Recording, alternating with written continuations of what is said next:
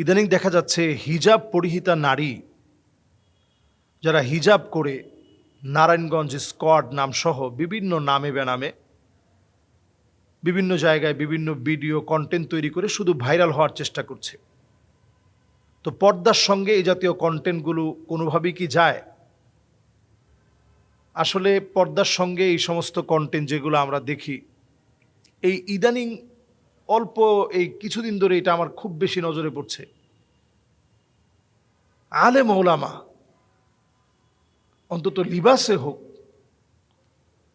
পোশাক পরিহিত অবস্থায় আপনি তো আলেম, অন্তত লিবাসে তো আপনি আলেম। স্বামীকে বলতেছে যে এটা কিন্তু আমার ভাই, বোরকা পরে অন ক্যামেরায় স্ক্রিনে এসে বলতেছে সে কিন্তু আমার ভাই। তো স্বামী কিন্তু ইতস্তত বোধ করতেছে। তো এই জাতীয় শব্দ চয়ন আপনি চিন্তা করতে পারেন, এটা যদি আপনি জেহারের জন্য বলে থাকেন, স্বামী যদি এই কথাটা বলে যে সে আমার বোন, উদ্দেশ্য হচ্ছে তাকে নিয়ে আমি আর সংসার করব না, তালাক দেওয়ার উদ্দেশ্যে বলে থাকে, তাহলে তালাক হয়ে যাবে। এই জাতীয় শব্দ শুধুমাত্র নিজেদেরকে ভাইরাল করার জন্য এখন হর হামেশা এখন ফেসবুকের ভিতরে, ইউটিউবের ভিতরে এগুলো আমরা দেখতে পাচ্ছি। নতুন করে দেখলাম যে একটা গ্রুপ নারায়ণগঞ্জ স্কোয়াড নাম দিয়ে তারা এখন বেশ বেপরোয়া হয়ে গেছে। যেভাবে একটা সময় ফ্যাশন শো করা হতো, একটা সময় উলঙ্গ মহিলাদের বিবস্ত্র নাটকের যে প্রতিযোগিতা হতো, বিবস্ত্র নাটকীয় যে প্রতিযোগিতা চলতো, সেটাকে ধর্মীয় রূপ দিয়ে এখন নতুন করে কেমন যেন সবাই একরকম বোরকা, সবাই একরকম হিজাব, সবাই একরকমের পোশাক পরে এরপরে হাঁটতেছে। এবং এইটাকে আমরা মনে করতেছি যে বিশাল একটা ট্রেডিশন হয়ে গেছে। অচিরেই তাদেরকে উকিল নোটিশ দেওয়া হয়েছে, তাদের ব্যাপারে উকিল নোটিশ দিয়ে অচিরেই সিদ্ধান্ত গ্রহণের, পূর্ণ সিদ্ধান্তে যাওয়ার সব কার্যক্রম বাস্তবায়ন করা হচ্ছে। এবং এটা সময় লাগবে না, এটা অচিরেই ইনশাআল্লাহ উকিল নোটিশ যেটা করা হয়েছে তাদের ব্যাপারে, এটা শুধু এক জায়গা থেকে না, আমি বলবো যে সকল মহল থেকে এটা নিয়ে প্রতিবাদ হওয়া উচিত। আপনি যখনই হিজাব পরবেন, আপনি যখন বোরকা পরবেন, আপনি এটাকে বড় সম্মানের পোশাক বলে মনে করেন। ওয়ামান ইউআযযিম শাআইরাল্লাহ ফাইন্নাহা মিন তাকওয়াল কুলুব। আপনি মনে করেন যে যে পোশাকটা আমি পরেছি এটা আমার ইসলামের একটা শিআর, একটা নিদর্শন। ওয়ামান ইউআযযিম শাআইরাল্লাহ, আল্লাহর এই নিদর্শন কেউ যদি সম্মান করে, ওয়ামান ইউআযযিম শাআইরাল্লাহ ফাইন্নাহা মিন তাকওয়াল কুলুব, অন্তরে আল্লাহর ভয় আছে, এটা প্রমাণ করবে আপনার এই পোশাক। আপনার পর্দাটা যখন আপনি করবেন, এই পর্দাটা প্রমাণ করবে আপনি আল্লাহকে কতটুকুন ভয় করেন। এটা কোনো ফ্যাশন শোর জন্য আপনি পর্দা করতে পারবেন না। এখনকার পর্দার ট্রেডিশনটা এমন হয়েছে, একটা যদি অনলাইনে ভাইরাল হয় সবাই ওইটা কেনা শুরু করে। এটার নাম আসলে পর্দা না। পর্দা আপনাকে করতে হবে নিজেকে লোকানোর জন্য। আম্মাজানরা প্রশ্ন করছেন, ওয়ামা নাসনাউ বিজুয়ুলিহিন্না ইয়া রাসূলুল্লাহ, আমরা আমাদের যে গোড়ালি বের হয়ে যায় এই ব্যাপারে আমরা কি করতে পারি? রাসূল করিম সাল্লাল্লাহু আলাইহি সাল্লাম বলছে যে গোড়ালি বের হয়ে যাওয়ার জন্য তোমরা যেটা করবা, একেবারে ঢিলাঢালা আবায়া বা আমরা যেই বোরকাটা পরি, এটা যেন একেবারে ঢিলেঢালা হয়, যাতে করে অনেকটা অংশ ঢেকে রাখে। দেখবেন আপনারা অ্যারাবিয়ান এমন কিছু বোরকা আছে যেগুলো একেবারে মাটির সাথে লেগে যায়। নবীজি কাপড়ের এই অংশটাকেও ছেড়ে দিতে বলেছেন। কাপড়ের এই অংশটাও যদি আপনি ছেড়ে দেন, তাহলে পর্দার ক্ষেত্রে আপনি পরিপূর্ণতা মেনটেন করার চেষ্টা করলেন। এই যে আমরা এখন হাত মোজা, পা মোজা পরি এবং আমরা চেহারা ঢেকে রাখি, কেন? যাতে ফিতনা সৃষ্টি না হয়। বর্তমান এই সময়ে, ফিতনার সময়ে নানা রকমের ফিতনা সৃষ্টি হচ্ছে।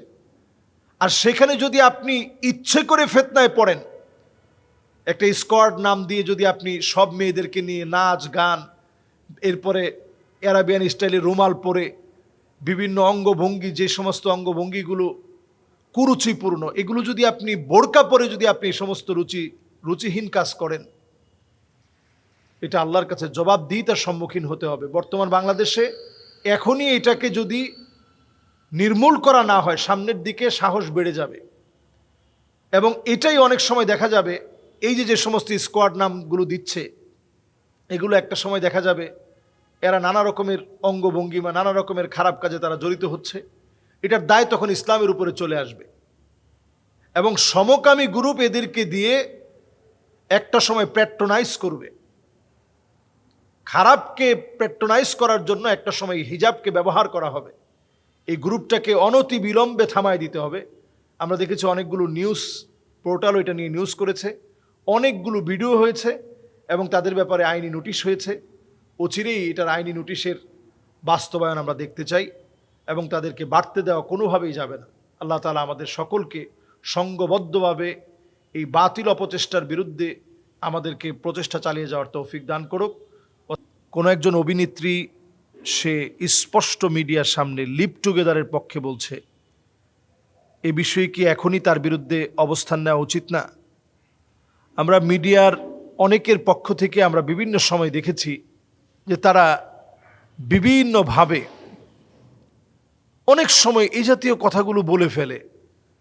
কেমন কথা?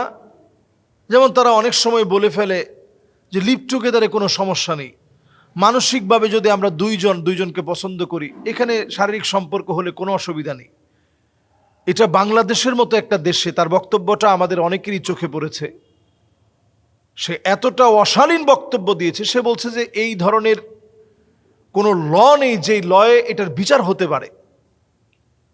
যে সমস্ত মহিলারা আসলে বাংলাদেশের চিহ্নিত সবচেয়ে খারাপ একটা পরিবেশ সৃষ্টি করতে চায়, চিহ্নিত দুশ্মন যারা এদেশে সমকামিতাকে যারা প্রমোট করতে চায়, ট্রান্সজেন্ডারকে যারা প্রতিষ্ঠিত করতে চায়, তারাই কেবল এই জাতীয় বক্তব্যগুলো দিয়ে অনেক সময় তাদের বিরুদ্ধে কথা বললে যে নারীবাদীরা আবার ফুসলে উঠবে যে আলেমরা কেন তার বিরুদ্ধে কথা বলছে। আমি মনে করি অনতি বিলম্বে তার ব্যাপারে আইন হওয়া উচিত, কারণ বাংলাদেশের ধর্মীয় অনুভূতির ভিতরে আঘাত করা হয়েছে। এই কথাটা টোটালি ধর্মীয় অনুভূতির ভিতরে আঘাত করা।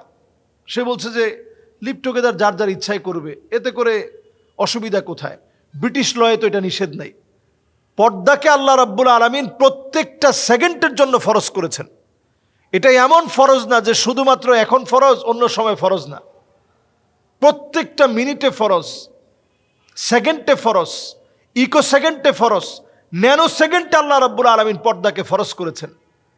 এই ফরজ বিধানকে লঙ্ঘন করে সে যে বাংলাদেশের সাহস দেখিয়েছে, ওয়ালা তাকরাবুজ জিনা, খবরদার জিনার কাছে যেও না।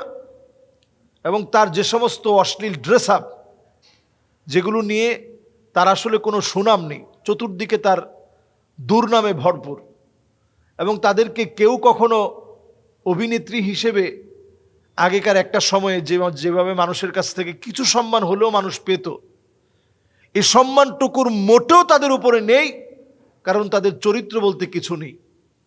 আমি মা বোনদেরকে বলবো, এদেরকে আপনারা কিভাবে অনুসরণ করেন? খয়রু নিসাইল আলামিন আরবাআ, 4 নারীকে অনুকরণ করার চেষ্টা করেন। আম্মাজান খাদিজাকে অনুকরণ করার চেষ্টা করেন, ফাতেমা রাদিয়াল্লাহু তাআলা আনহাকে অনুকরণ করার চেষ্টা করেন, মারিয়াম আলাইহাস সালামকে অনুকরণ করেন, আসিয়াকে অনুকরণ করেন, নবীদের বিবিজানদেরকে অনুকরণ করার চেষ্টা করেন। যদি আমরা আমাদের এই সমাজকে পরিবর্তন করতে চাই, বিবাহকে সহজ করে দিতে হবে। অথচ এই সমস্ত মহিলাদের দিকে তাকালে দেখবেন এদের বয়স হয়ে যায় কারো 35, 40, 45, তাদের বিবাহ শাদী হয় না। বিবাহ শাদী হইলে সংসার টিকে না, একটা সংসার হইলে আরো 5টা সংসার হয়। তো এই জাতীয় সংকট তৈরি হয় কেন? কারণ তারা তাদের জীবনে বৈবাহিক সৌন্দর্য তারা খুঁজে পায় না, বৈবাহিক সৌন্দর্যের বরকত তারা খুঁজতে চায় না। আইসারুহা মাউনা, বিবাহের ভিতরে আল্লাহ তাআলা অল্পের ভিতরে বরকত দিয়েছেন, এই বরকত তারা তালাশ করে পায় না। এই জন্য তাদেরকে আল্লাহ তাআলা পদে পদে তাদেরকে পরীক্ষা নেন। আমরা আশা করছি যে অনতি বিলম্বে তার ব্যাপারে সিদ্ধান্ত নিতে হবে, এবং যারা আইনজীবী আছে, এই কুলাঙ্গার মহিলা, তার ব্যাপারে সিদ্ধান্তে আসতে হবে। তার অনেক বক্তব্য ইসলামের সাথে কন্ট্রাডিক্ট হয়েছে, এবং এটা এত বেশি কন্ট্রাডিক্ট হয়েছে, ফরজ বিধান পর্দার ব্যাপারে সে কথা বলেছে। তার জিহ্বাকে যদি এখনই সংযত করানো না হয়, তাহলে তাদের জিহ্বা দিন দিন বড় হয়ে যাবে। এটা হতে দেওয়া যাবে না। আল্লাহ তাআলা আমাদেরকে শক্তভাবে এটার প্রতিবাদ করার তৌফিক দান